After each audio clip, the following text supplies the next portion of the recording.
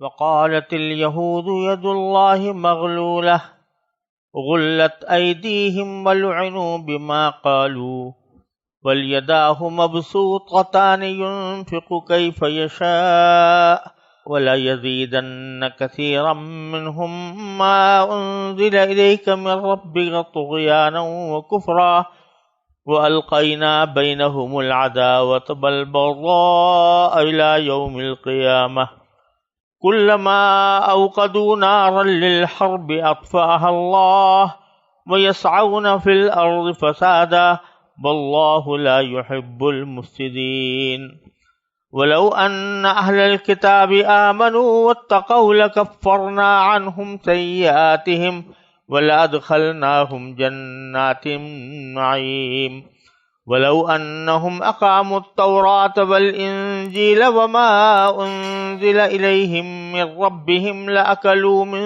فوقهم ومن تحت أرجلهم منهم أمة مقتصدة وكثير منهم ساء ما يعملون يا أيها الرسول بلغ ما أنزل إليك من ربك وإن لم تفعل فما بلغت رسالته والله يعصمك من الناس إن الله لا يهدي القوم الكافرين۔ یہ سورہ مائدہ کی آیت نمبر 64 سے آیت نمبر 67 تک میں نے تلاوت کی ہے۔ ان آیات کا ترجمہ یہ ہے، اور یہودی کہتے ہیں کہ اللہ کے ہاتھ بندھے ہوئے ہیں۔ ہاتھ تو خود ان کے بندھے ہوئے ہیں، اور جو بات انہوں نے کہی ہے اس کی وجہ سے ان پر لعنت الگ پڑی ہے، ورنہ اللہ کے دونوں ہاتھ پوری طرح کشادہ ہیں، وہ جس طرح چاہتا ہے خرچ کرتا ہے۔ اور اے پیغمبر، جو وحی تم پر نازل کی گئی ہے وہ ان میں سے بہت سو کی سرکشی اور کفر میں مزید اضافہ کر کے رہے گی، اور ہم نے ان کے درمیان قیامت کے دن تک کے لیے عداوت اور بغض پیدا کر دیا ہے۔ جب کبھی یہ جنگ کی آگ بھڑکاتے ہیں اللہ اس کو بجھا دیتا ہے، اور یہ زمین میں فساد مچاتے پھرتے ہیں، جبکہ اللہ فساد مچانے والوں کو پسند نہیں کرتا۔ اور اگر اہل کتاب ایمان لے آتے اور تقوی اختیار کرتے تو ہم ضرور ان کی برائیاں معاف کر دیتے، اور انہیں ضرور آرامت اور راحت کے باغات میں داخل کرتے۔ اور اگر وہ تورات اور انجیل اور جو کتاب ان کے پاس ان کے رب کی طرف سے بھیجی گئی ہے یعنی قرآن، اس کی ٹھیک ٹھیک پابندی کرتے تو وہ اپنے اوپر اور اپنے پاؤں کے نیچے ہر طرف سے اللہ کا رزق کھاتے۔ اگرچہ ان میں ایک جماعت راہ راست پر چلنے والی بھی ہے، مگر ان میں سے بہت سے لوگ ایسے ہی ہیں کہ ان کے اعمال خراب ہیں۔ اے رسول، جو کچھ تمہارے رب کی طرف سے تم پر نازل کیا گیا ہے اس کی تبلیغ کرو، اور اگر ایسا نہیں کرو گے تو اس کا مطلب یہ ہوگا کہ تم نے اللہ کا پیغام نہیں پہنچایا، اور اللہ تمہیں لوگوں کی سازشوں سے بچائے گا۔ یقین رکھو کہ اللہ کافر لوگوں کو ہدایت نہیں دیتا۔ پیچھے جو فرمایا گیا تھا کہ تم یہود و نصارہ کو اپنا حلیف یعنی دوست ایسا نہ بناؤ کہ تمہارے ان کے مقصد زندگی ایک ہو جائے، تو اسی کی وضاحت یہ آ رہی ہے کہ ان کا مقصد زندگی کچھ اور ہے اور تمہارا مقصد زندگی کچھ اور ہے۔ ان کے خیالات کچھ اور ہیں، تمہارے خیالات کچھ اور ہیں۔ تو اسی میں ایک واقعہ یہ پیش آیا تھا کہ اللہ تعالیٰ نے مدینے کے لوگوں کو، یہودیوں کو کبھی کافی مالدار بنایا تھا، اور یہ لوگ مال و دولت کے ساتھ یہ معاملہ کرتے تھے کہ اہل مدینہ کو جب ضرورت پیش آتی تو ان کو سود پر قرضے دیا کرتے تھے۔ جب رسول کریم صلی اللہ علیہ وسلم تشریف لائے اور آپ کی دعوت ان کو پہنچی تو ان ظالموں نے اپنی قومی چوزراہٹ اور اپنی جاہل رسوم سے حاصل ہونے والے نذرانوں کی خاطر اس دعوت سے روگردانی کی اور رسول اللہ صلی اللہ علیہ وسلم کی مخالفت کی۔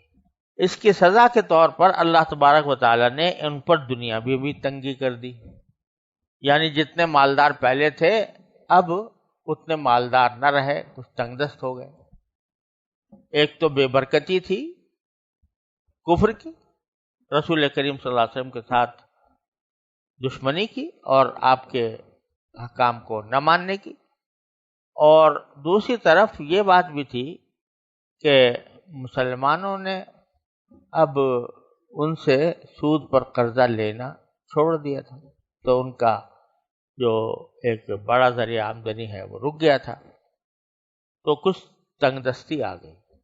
تو جس ایک یہودی پر یا جن یہودیوں پر تنگ دستی آئی تھی، ان میں سے کسی نے یہ کہا کہ ید اللہ مغلولہ، والعیاذ باللہ، کہ اللہ کے ہاتھ تو بندھے ہوئے ہیں، کہ اللہ کے ہاتھ جو ہیں وہ بندھے ہوئے ہیں، وہ ہمیں کچھ نہیں دے رہا یا ہمیں کمی کر کے دے رہا ہے۔ اب یہ عجیب بات معلوم ہوتی ہے کہ سوال ہی یعنی ذہن میں پیدا ہوتا ہے کہ یہودی بھی اللہ تعالیٰ پر ایمان تو رکھتے تھے، چاہے کتنے بھی بدعمل ہوں لیکن ایمان تو رکھتے تھے، اور اس ایمان کا تقاضا یہ ہے کہ اس قسم کے کلمات کسی بھی ایسے شخص سے جو کہ اللہ تعالیٰ پر ایمان رکھتا ہو بہت بعید معلوم ہوتے ہیں، کہ وہ یہ کہے کہ اللہ کے ہاتھ بندھے ہوئے ہیں، یا اللہ جو ہے بخیل ہے، کنجوس ہے، والعیاذ باللہ، تو یہ بات بڑی بعید معلوم ہوتی ہے۔ لیکن اصل میں یہودیوں کے ہاں اللہ تبارک و تعالیٰ کا جو تصور ہے اس کے لحاظ سے یہ کچھ بعید نہیں ہے کہ انہوں نے یہ بات کہہ دی، کیونکہ ان کے ہاں ان کے قول کے مطابق، یہودیوں کے عقیدے کے مطابق، اللہ تعالیٰ ایک جسم ہے۔ اللہ تبارک و تعالیٰ کو کبھی غلط فہمی بھی ہو جاتی ہے، اللہ تعالیٰ کو کبھی اپنی رائے سے رجوع بھی کرنا پڑتا ہے، اللہ تبارک و تعالیٰ جو ہے وہ کبھی ہنستا بھی ہے، روتا بھی ہے، اپنے کیے پر پشیمان ہو کر روتا بھی ہے۔ اس قسم کے سارے باتیں ان کے عقائد میں شامل ہیں۔ تو اگر انہیں یہ کہہ دیا ہو کہ اللہ میاں بخیل ہے، کنجوس ہے اور اس کے ہاتھ بندھے ہوئے ہیں، تو کچھ بعید نہیں ہے۔ تو اللہ تبارک و تعالیٰ اسی کے قول کو نقل فرماتے ہیں کہ یہ تو یوں کہہ رہے ہیں کہ اللہ کے ہاتھ بندھے ہوئے ہیں، غلت ایدیہم، اصل میں تو ہاتھ ان کے بندھے ہوئے ہیں، کنجوسی اور بخل تو ان کی صفت ہے، اللہ تعالیٰ کی صفت کیسے ہو سکتی ہے؟ کنجوسی اور بخل تو ان کی صفت ہے کہ ان کے ہاتھ بندھے ہوئے ہیں۔ وَلُعِنُوا بِمَا قَالُوا، ایک طرف تو ہیں ہی کنجوس، اور دوسری طرف جو یہ اس قسم کی باتیں کہہ رہے ہیں ان کی وجہ سے لعنت الگ پڑی ہے ان کے اوپر۔ تو یہ کہنے کے بعد باری تعالیٰ فرماتے ہیں کہ ينفق بل یداہ مبسوطتان، باری تعالیٰ کے ہاتھ تو کشادہ ہیں، پھیلے ہوئے ہیں، یعنی دینے کے لیے لوگوں کو۔ ينفق کیف یشاء، وہ جیسے چاہتا ہے خرچ کرتا ہے۔ اب یہاں ہاتھ باری تعالیٰ کا ذکر کیا گیا، باری تعالیٰ کے ہاتھ پھیلے ہوئے ہیں۔ اب ہاتھ باری تعالیٰ کے کیسے ہوتے ہیں، اس کی کنہ کیا ہے، اس کی حقیقت کیا ہے، اس بحث میں پڑھنے کی ضرورت نہیں۔ یداہ جو قرآن کریم میں جو اللہ تعالیٰ کی مختلف صفات بیان فرمائی گئی ہیں، اس میں بعض اوقات ان کو اعضاء سے تعبیر کیا گیا ہے، جیسے یہاں پر ہاتھ ہے، یا بعض جگہوں پر عین، آنکھ تسنا علی عینی فرمایا گیا۔ تو اس قسم کے جو الفاظ آئے ہیں ان کے بارے میں جو صحیح اہل سنت کا مسلک ہے وہ یہ ہے کہ ان الفاظ پر ایمان رکھنا چاہیے کہ یہ صفات ہیں باری تعالیٰ کی۔ ید بھی ایک صفت ہے، ہاتھ بھی ایک صفت ہے، اور عین بھی ایک صفت ہے، لیکن یہ صفات باری تعالیٰ یہ کسی جسم جیسی نہیں ہے، بلکہ اللہ تعالیٰ جسم سے منزہ ہے۔ اب کیا حقیقت ہے اس صفت کی جس کو ید سے تعبیر کیا گیا ہے یا عین سے تعبیر کیا گیا ہے، تو اس کی کیا کنہ ہے، کیا حقیقت ہے، یہ متشابہات میں سے ہے، ہم نہیں جان سکتے کہ اس کی کنہ کیا ہے۔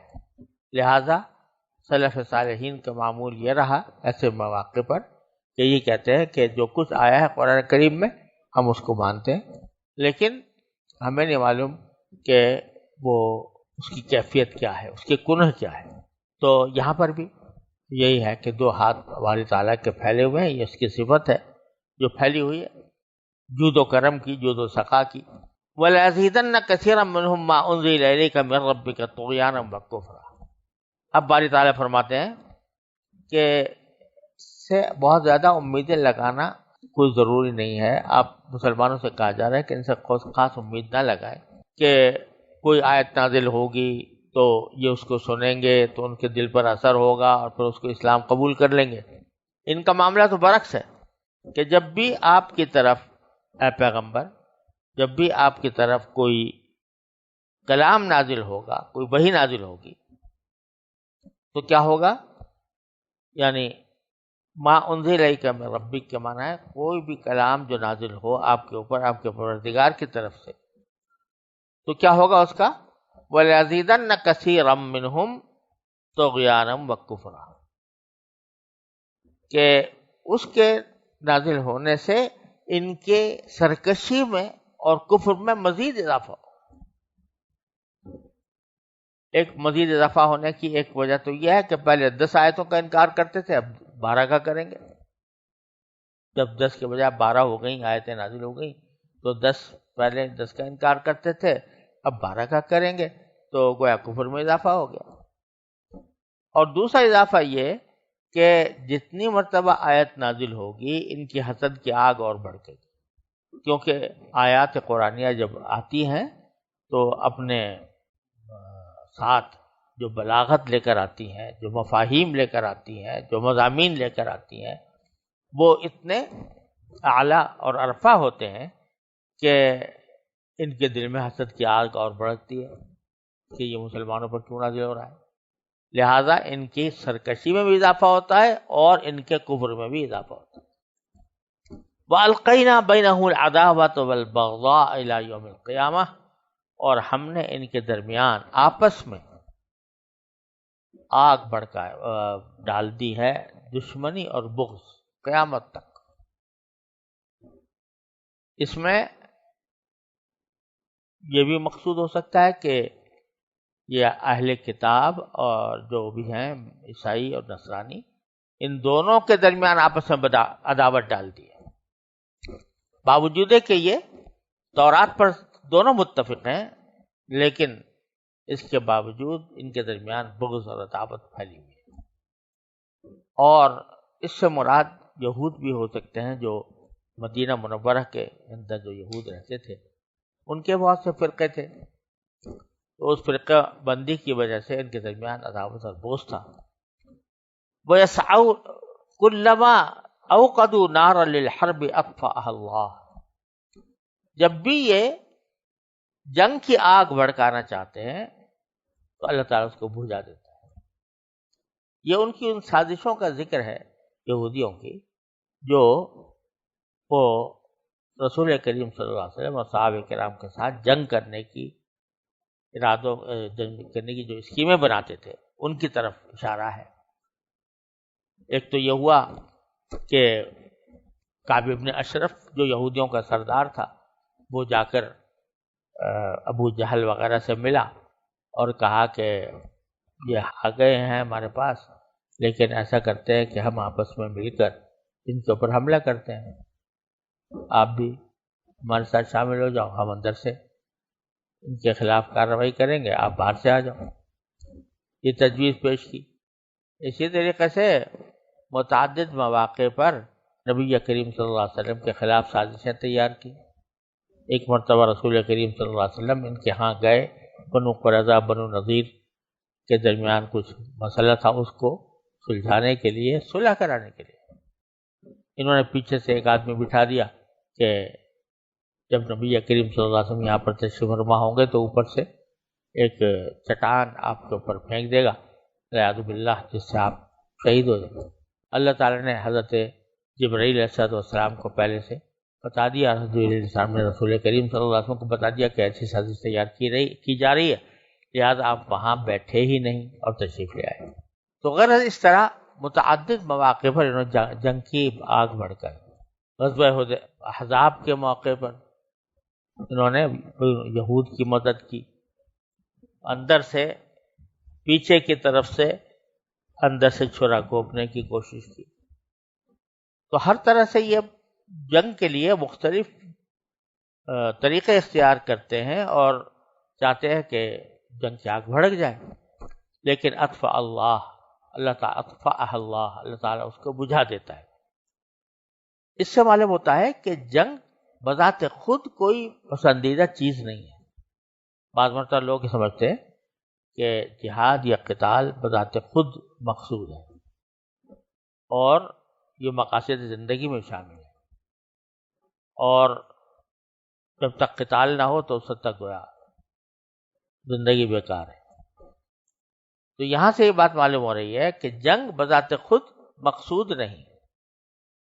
جنگ آخر میں آتی ہے جب سارے حربے ناکام ہو جائیں، تو پھر اس وقت جنگ کی نوبت آتی ہے اور اس وقت میں مسلمان تلوار اٹھاتا ہے. لیکن بذات خود آدمی سمجھے کہ بھائی جنگ بذات خود اچھی چیز ہے، یہ درست نہیں ہے. یہ نہ قرآن کریم کا تقاضا ہے، نہ رسول کریم صلی اللہ علیہ وسلم کا تقاضا ہے. خود نبی کریم صلی اللہ علیہ وسلم نے غزوہ حدیبیہ کے موقع پر جو کفار مشرکین سے بات کی تو انہوں نے حضور اقدس صلی اللہ علیہ وسلم نے یہ فرمایا قریش سے کہ قد نہکتہم الحرب، کہ قریش کو جنگوں نے کمزور کر دیا.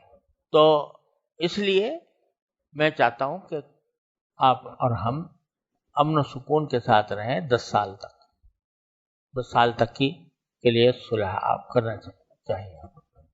اور بظاہر دیکھنے میں جو شرائط صلح کی طے ہوئی تھیں وہ کمزور تھیں، مسلمانوں کی کمزوری تھی ان میں، لیکن رسول کریم صلی اللہ علیہ وسلم نے اس کو گوارا فرمایا. تو معلوم ہوا کہ اصل چیز یا اصل مقصود زندگی لڑائی نہیں ہے. کلما عقدوا نارا للحرب اطفأها اللہ.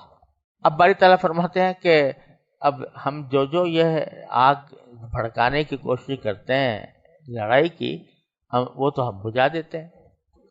تو اب کیا کرتے ہیں؟ وَيَسْعَوْنَ فِي الْأَرْضِ فَسَادًا. تو اب یہ زمین میں فساد پھیلاتے پھرتے ہیں. اور فساد سے مراد یہ غلط پروپیگنڈا، جھوٹ بولنا، اتہام لگانا، مسلمانوں کے خلاف سازشیں کرنا، جھوٹ موٹ باتیں کہنا، یہ ساری باتیں فساد کے اندر داخل. واللہ لا يحب المفسدین. اللہ تعالیٰ فساد کرنے والوں کو پسند نہیں کرتا. پھر اللہ تعالیٰ ایک مرتبہ پھر بڑے جیسے درد بندی سے بات کی جاتی ہے اس طرح یہ فرماتے ہیں کہ وَلَوْ أَنَّ أَهْلَ الْكِتَابِ آمَنُوا وَاتَّقَوْا لَكَفَّرْنَا عَنْهُمْ سَيِّئَاتِهِمْ وَلَأَدْخَلْنَاهُمْ جَنَّاتِ النَّعِيمِ وَلَوْ أَنَّهُمْ أَقَامُوا التَّوْرَاةَ وَالْإِنْجِيلَ وَمَا أُنزِلَ إِلَيْهِمْ مِنْ رَبِّهِمْ لَأَكَلُوا مِنْ فَوْقِهِمْ وَمِنْ تَحْتِ أَرْجُلِهِمْ. اب یہ بتلا رہے ہیں باری تعالیٰ کہ یہ تمہارے اوپر جو تنگ دستی پیش آئی ہے یہ معاذ اللہ تعالیٰ کے بخل کی وجہ سے نہیں بلکہ تمہارے اپنے عمل کی وجہ سے. اور اگر اہل کتاب وَلَوْ أَنَّ أَهْلَ الْكِتَابِ آمَنُوا وَاتَّقَوْا، اگر اہل کتاب ایمان لے آتے، تقوی اختیار کرتے تو کیا ہوتا؟ لَكَفَّرْنَا عَنْهُمْ سَيِّئَاتِهِمْ، تو ہم ان کی برائیوں کا کفارہ کر دیتے، برائیوں کو معاف کر دیتے. وَلَأَدْخَلْنَاهُمْ جَنَّاتِ النَّعِيمِ، اور ان کو ضرور داخل کرتے نعمت کے باغات. اور پھر آگے فرمایا وَلَوْ أَنَّهُمْ أَقَامُوا التَّوْرَاةَ وَالْإِنْجِيلَ، اگر یہ لوگ قائم کرتے تورات کو اور انجیل کو. تورات کو قائم کرتے یعنی تورات کے احکام پر عمل کرتے، انجیل پر کو قائم کرتے یعنی اس کے احکام پر عمل کرتے اپنے وقت میں. وَمَا أُنزِلَ إِلَيْهِمْ مِنْ رَبِّهِمْ، اور یہ جو اللہ تعالیٰ کی طرف سے کلام اب اتارا جا رہا ہے یعنی قرآن کریم، اس کو سیدھا کر اس پر عمل کرتے تو کیا ہوتا؟ لَأَكَلُوا مِنْ فَوْقِهِمْ وَمِنْ تَحْتِ أَرْجُلِهِمْ، تو یہ اپنے اوپر سے بھی کھاتے اللہ تعالیٰ کا رزق اور پاؤں کے نیچے سے بھی کھاتے. یہاں بتایا جا رہا ہے ان آیتوں میں کہ یہ جو تنگ دستی تم پر آئی ہے یہ تنگ دستی ویسے ہی نہیں آ گئی بلکہ تمہارے عمل کی وجہ سے، کہ جب رسول کریم صلی اللہ علیہ وسلم تشریف لے آئے تو تمہارا فرض تھا کہ تم ان کے اس پر ایمان لاتے اور ایمان لا کر ان کی اطاعت کرتے، لیکن تم نے بغاوت کا راستہ اختیار کیا، اس کی وجہ سے تنگ دستی تمہارے اوپر آئی۔ اب بھی ہم کہتے ہیں کہ اگر یہ ایمان لے آئیں، تقوی اختیار کر لیں، تو پھر اللہ تعالیٰ آسمان و زمین کے لیے دولتیں نازل کر سکتا ہے۔ اصل بات کہنے کی تو یہ تھی کہ اگر یہ ایمان لے آئیں اور تقوی اختیار کر لیں تو پھر ان کو تنگ دستی کا بھی شکوہ نہیں رہے گا، پھر ان کو اللہ تعالیٰ اتنا رزق دے گا کہ آسمان سے بھی برسے گا اور زمین سے بھی ابلے گا۔ لیکن کہنا تو یہ تھا، لیکن اللہ تعالیٰ نے اس سے پہلے ذکر کر دیا کفرنا عنہم سیئاتہم وادخلناہم جنات النعیم، یہ بتانے کے لیے کہ آدمی کو ایمان اور اطاعت وہ دنیاوی مفاد کی خاطر نہیں کرنی چاہیے۔ ہوگی ضرور دنیا میں مفاد بھی حاصل ہوگا، لیکن جو اصل بات ہے ایمان لانے کا مقصد یہ نہیں ہونا چاہیے کہ اس کے نتیجے مجھے پیسے بڑھ جائیں گے، دولت بڑھ جائے گی۔ لہٰذا پہلے ہی ذکر کیا کہ اگر وہ ایمان لے آئیں گے اور تقوی اختیار کریں گے تو ہم ان کے گناہ معاف کریں گے، ان کو جنت میں داخل کریں گے۔ تو انسان کو چاہیے کہ جب وہ نیک اعمال کر رہا ہو تو اس کی اصل نگاہ کائے پر ہو؟ آخرت پر ہو، کہ وہ آخرت میں مجھے جنت عطا ہوگی، اس لیے پہلے اس کا ذکر کریں۔ حالانکہ سیاق کلام یہ بتا رہا تھا کہ جو تنگ دستی ان کے اوپر آئی تھی وہ ایمان کو چھوڑنے کی وجہ سے آئی تھی، اور یہ کہہ رہے ہیں کہ اللہ تعالیٰ کہ اگر وہ تم یہ حرکتیں چھوڑ دو تو تمہیں دنیا کی تنگ دستی بھی دور ہو جائے گی۔ لیکن دنیا کے تنگ دستی دور ہونے کا ذکر بعد میں، اور کفارہ سیئات کا ذکر اور جنت میں داخلے کا ذکر پہلے فرمایا، تاکہ یہ بات واضح ہو جائے کہ آدمی کو ایمان اور طاعت دنیاوی دولت کی خاطر نہیں کرنی ہے، اس کو اصل مقصود تو جنت نعیم ہے، اس کی خاطر کرے۔ البتہ اس کا ایک ضمنی فائدہ یہ بھی ہو جاتا ہے کہ بسا اوقات اس سے دنیاوی مشکلات بھی دور ہو جاتی ہیں۔ اور یہ جو فرمایا کہ اگر وہ سیدھا کر رہے ہیں، اقامت کریں تورات اور انجیل کی اور قرآن کی اقامت، اب ایک لفظ یہ بھی ہو سکتا تھا کہ اگر وہ اس پر عمل کریں، لیکن لفظ استعمال فرمایا اقامو، اقامت کریں تورات کی، انجیل کی اور قرآن کی۔ اقامت میں دو باتیں داخل ہیں، ایک یہ کہ جو ان کے احکام ہیں ان کو صحیح طریقے سے، صحیح آداب و شرائط کے ساتھ انجام دیں۔ جیسے اللہ تعالیٰ نے اقام الصلاۃ فرمایا، سارے قرآن میں کہیں یہ نہیں فرمایا صلو، نماز پڑھو، بلکہ ہر جگہ یہ فرمایا نماز قائم کرو۔ قائم کرنے کے معنی کیا ہے کہ اس کو اس کے صحیح آداب و شرائط کے ساتھ، اس کے تفصیلی احکام کے ساتھ اس کو ادا کرو۔ تو اب یہاں باری تعالیٰ تورات، انجیل اور قرآن کے بارے میں بھی وہی لفظ استعمال فرما رہے ہیں، جس کے معنی یہ ہے کہ محض اتنی بات نہیں کہ یہ اعمال دیکھنے میں کر لیے، بلکہ اقامت ان کے تمام آداب و شرائط کے ساتھ ادا کرتے تو یہ ہوتا۔ اور دوسرے معنی اقامت کے یہ بھی ہیں کہ آدمی اقامت جب کوئی دین پر عمل کرے تو ساتھ ہی دنیا میں اس کو قائم کرنے کی کوشش بھی کرے، اس کو دنیا میں قائم کرنے کی، دنیا میں اس کو نافذ کرنے کی کوشش بھی کرے۔ یہ اقامت کہ حتی الامکان دعوت و تبلیغ کے ذریعے دوسروں تک اس دین کو پہنچائے تاکہ وہ پھیلے اور اس دنیا میں نافذ ہو۔ یا اگر اللہ تبارک و تعالی حکومت اور سیاست عطا فرما دے تو حکومت کے ذریعے اس کو لوگوں کے اوپر عملاً نافذ، یہ ساری باتیں اقامت کے اندر داخل۔ دوسری سورہ شورى کے اندر فرمایا وَأَقِیمُوا الدِّینَ وَلَا تَتَفَرَّقُوا فِیہ، کہ دین کو قائم کرو۔ تو قائم کرنے کے اندر یہ ساری باتیں داخل ہیں، اچھی طرح ادا کرنا اور اس کو دوسروں پر بھی نافذ کرنے کا جو صحیح طریقہ ہے وہ اختیار کرنا۔ البتہ یہاں یہ بات سمجھ لینی چاہیے کہ یہ جو فرمایا گیا کہ اگر وہ تورات، انجیل اور قرآن کریم پر عمل کرتے اور اس کو اقامت کرتے اس کی، تو آسمان و زمین سے کھاتے، تو یہ بے شک ان یہودیوں سے یہ وعدہ کیا گیا ہے، لیکن اس کو ایک کلیہ قاعدہ نہیں سمجھنا چاہیے کہ جب بھی کوئی شخص دین پر عمل کرے گا تو ضرور اس کو تنگ دستی سے نجات ملے گی، یا ضرور وہ مالدار ہو جائے گا یا خوشحال ہو جائے گا. یہ اس کی کوئی گارنٹی نہیں ہے. اس وقت کے یہودیوں سے بے شک کہا گیا تھا، لیکن اس کا مطلب یہ نہیں ہے کہ ساری زندگی میں ہر آدمی کے ساتھ یہ وعدہ ہے کہ بھئی تم نماز پڑھو گے تو تمہارے تن دولت میں اضافہ ہوگا، یا دین کے احکام پہ عمل کرو گے تو تمہاری خوشحالی بڑھے گی. یہ کوئی گارنٹی نہیں، اس کے برخلاف بھی ہو سکتا ہے. بعض اوقات انسان دین پر عمل کرنے کی کوشش کرتا ہے تو کچھ تنگی کے ساتھ حالات اس کے پیش آتے ہیں. آپ ذرا دیکھ لیجئے کہ جب نبی کریم صلی اللہ علیہ وسلم نے دعوت کا آغاز فرمایا، صحابہ کرام نے بڑی قربانیاں دے کر دین قبول کیا، لیکن کتنی سختیوں سے گزرے. پاکوں کی نوبت پہنچی اور 13 سال مکہ مکرمہ میں سختی کے گزار کر پھر مدینہ منورہ آئے. تو ضروری نہیں ہے کہ ہر آدمی جو دین، لہذا یہ سوچ کر کوئی دین میں داخل نہ ہو کہ بھئی اس سے میرے پیسے بڑھ جائیں گے، یہ میری خوشحالی میں اضافہ ہو جائے گا. اصل مقصد ہونا چاہیے وہی جیسا میں نے عرض کیا کہ آخرت کی بھلائی، اللہ تعالیٰ کی خوشنودی. ہاں اس سے بسا اوقات ایسا ہوتا ہے کسی گارنٹی کے بغیر کہ اللہ تبارک و تعالیٰ اپنے فضل و کرم سے اس کے رزق میں بھی کشادگی پیدا فرما دیتے ہیں. لہذا اس کو یہ نہیں سمجھنا چاہیے کہ بھئی اللہ تعالیٰ نے قرآن کریم میں تو یہ کہا تھا کہ بھئی اوپر سے بھی رزق ملے گا تمہیں، نیچے سے بھی ملے گا، اور آج ہم نے اسلام قبول کیا تو نہ ہمیں اوپر سے آ رہا ہے نہ نیچے سے آ رہا ہے. تو یہ خیال نہ ہونا چاہیے، کیونکہ یہ قاعدہ کلیہ بیان نہیں کیا جا رہا ان خاص یہودیوں کے بارے میں جو تنگ دستی کا شکار ہو گئے تھے دولت مندی کے بعد اپنی کفر کی وجہ سے. تو ان کو کہا جا رہا ہے کہ آپ اگر لاؤ گے تو اوپر نیچے سے تمہیں کرنا. پھر باری تعالیٰ فرماتے ہیں وَمِنْهُمْ أُمَّةٌ مُقْتَصِدَةٌ، یعنی اہل کتاب جو ہم باتیں کر رہے ہیں تو یہ سارے ایک جیسے نہیں ہیں کہ سب کافر ہوں، بلکہ ان میں سے سیدھے راستے پر رہنے والے لوگ بھی ہیں.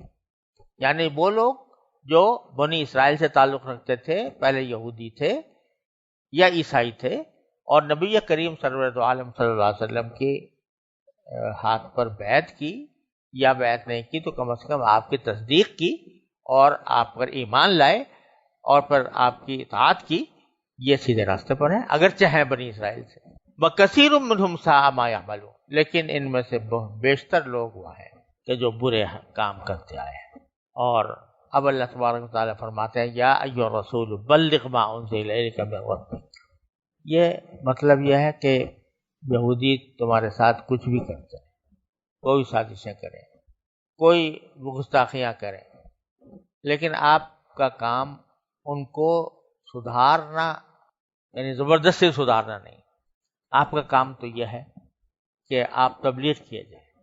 تو یہ اے رسول بلغ ما انزل الیک من ربک، پہنچا دو وہ بات لوگوں تک، وہ بات کہ جو تمہاری طرف، تمہارے رب کی طرف سے نازل کی. یہاں اصل میں ایک مفعول اور ہونا چاہیے تھا. جب بلغ تبلیغاً کہتے ہیں تو وہ دو مفعولوں کی طرف متعدی ہو، ایک وہ بات جو پہنچائی جا رہی ہے، ایک وہ شخص جس کو پہنچائی جائے. تو یہاں باری تعالیٰ نے بات کا تو ذکر کیا کہ پہنچاؤ، کہ کیا پہنچاؤ؟ ما انزل الیک من ربک، جو تمہارے پاس نازل کی گئی ہے تمہارے پروردگار کی طرف سے، وہ پہنچاؤ. کس کو پہنچاؤ اس کا ذکر نہیں ہے. تو یہ جہاں پر یہ دوسرا مفعول محذوف کیا جاتا ہے تو مطلب یہ کہ سب کو پہنچاؤ. جب مفعول ثانی مذکور نہیں تو اس کا مطلب ہے سب لوگ، جن کو بھی پہنچانا ممکن ہو وہ سب. اس سے بھی یہ بات معلوم ہو رہی ہے کہ رسول کریم سرور عالم صلی اللہ علیہ وسلم پوری انسانیت کے لیے پیغمبر بنا کر بھیجے گئے تھے. تمام انسانوں کو پہنچانا آپ کے فرائض منصبے میں داخل تھا. وَإِن لَّمْ تَفْعَلْ فَمَا بَلَّغْتَ رِسَالَتَهُ، اگر آپ نے ایسا نہ کیا، یعنی تبلیغ نہ کی بفرض محال، فَمَا بَلَّغْتَ رِسَالَتَهُ، تو اس کا مطلب یہ ہوگا کہ تم نے اللہ کا پیغام نہیں پہنچایا. ابھی دیکھو بظاہر یہ مبتدا خبر ایک ہی ہو رہے ہیں، موضوع محمول ایک ہو رہے ہیں کہ اگر تم نے تبلیغ نہ کی تو تم نے پیغام نہیں پہنچایا. تو اگر اس کو سادہ لفظوں میں کہیں تو یوں بنے گا کہ اگر تم نے تبلیغ نہیں کی تو تم نے تبلیغ نہیں کی. لیکن یہ ایک پیار ہے اور اس پیار کے انداز میں بات کی جا رہی ہے. اول تو رسول کریم صلی اللہ علیہ وسلم کا تبلیغ نہ فرمانا یہ ناممکن، لیکن فرض محال کے طور پر ایک بات کہی جا رہی ہے کہ اگر تم نے نہ کیا، یہ فرض محال کے طور پر. اب اگر جو فرض محال ہے تو کوئی لمبی چوڑی سزا بیان کرنا یا اس کا کوئی بہت بڑا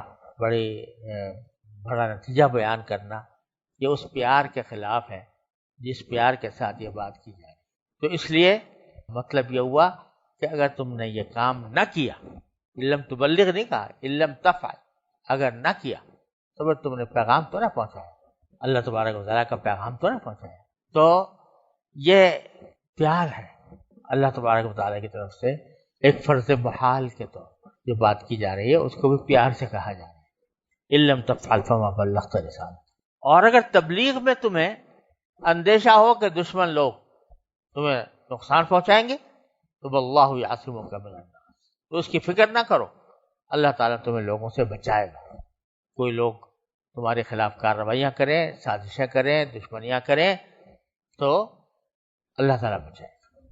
روایات میں آتا ہے کہ جب یہ آیت نازل ہو گئی تھی واللہ یعصمک من الناس، اس سے پہلے صحابہ کرام فرماتے ہیں کہ ہم دشمنوں سے بچاؤ کے لیے کچھ نہ کچھ انتظامات کیا کرتے تھے. اور جب یہ آیت نازل ہو گئی واللہ یعصمک من الناس، رسول کریم صلی اللہ علیہ وسلم کو اللہ نے ذمہ داری لے لی کہ ہم بچائیں گے. تو ہمیں فکر نہ رہی. پھر کہ بھائی اب تو اللہ میاں نے کہہ رہی تھی ہمیں زیادہ فکر کرنے کی ضرورت نہیں، ہمیں بہت زیادہ حفاظتی انتظامات کرنے کی ضرورت نہیں. تو یہ بھی ساتھ کتنا زبردست، اس میں کتنا پیار ہے. واللہ یعصمک من الناس، وہ جو ایک فرض محال کی بات کی گئی تھی وہ بھی بڑے پیار سے، اور پھر اللہ تعالیٰ کی طرف سے جو حفاظت کی ذمہ داری لی گئی وہ بھی بڑے پیار سے. واللہ یعصمک من الناس ان اللہ لا یہدی القوم الکافرین. اور ان کی فکر نہ کرو کافروں کی، ان کو اللہ تعالیٰ ہدایت نہیں دیا کرتا، یعنی ان کی سازشیں کامیاب نہیں بنا رہی تمہارے خلاف. تو اس لیے آپ اپنے بے فکری کے ساتھ اپنے تبلیغ کے کام میں لگے رہیں.